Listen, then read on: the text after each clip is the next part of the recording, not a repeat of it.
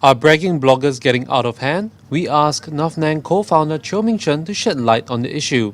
In a few of the Stomp postings, the younger crowds are seen blogging about like drinking and parties and stuff like that. Do you think it's a disturbing trend, so to speak? No, I don't think so at all. I think drinking and partying blogs have existed since the start of, since the beginning of time. What is a blog anyway? It's a personal journal, it's a personal diary. It's about, talking about what the things that people do and, clubbing, partying, drinking, it's all honestly a part of growing up. Yeah.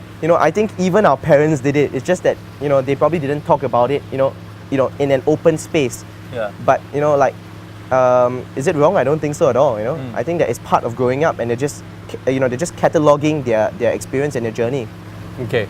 Is it disturbing that it's in like 13-year-olds to 15-year-olds who are doing that? Oh yeah, well if it's 13 to 15-year-olds, then we should be asking our zooks how did they get in, I think, if it's about that, then how, we should be asking how did they get, access to alcohol and all that. Yeah, underage drinking is obviously, something to be frowned upon because it's firstly the law and secondly it's also, not right for young people to be influenced so early, With regards to like increasing communication, they're all out there and they're talking about so many things, they're twittering, they're blogging and all that.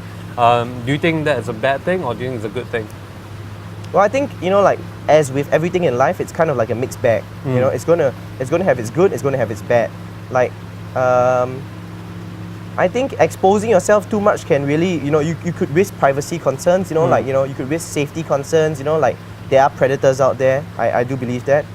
But at the same time, I always believe that, it's an outlet for expression and it's a modern way we actually, express ourselves, to our friends and so on and so forth and everybody's doing it. So, to keep connected, we really need to be, up to date with the latest trends in social media and things like that. Yeah.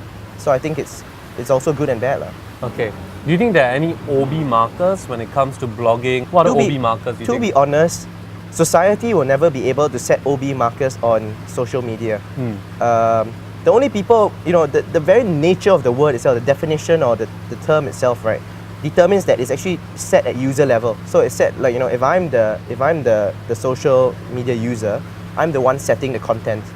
Of course, I'm of the personal belief that defamation is wrong and it's against the law and people should have proof and substantiate their claims before they can go online and see all these things.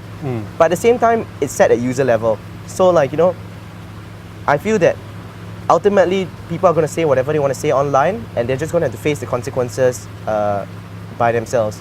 What do you think of sex bloggers like Gary Ng? Well, I think it's interesting.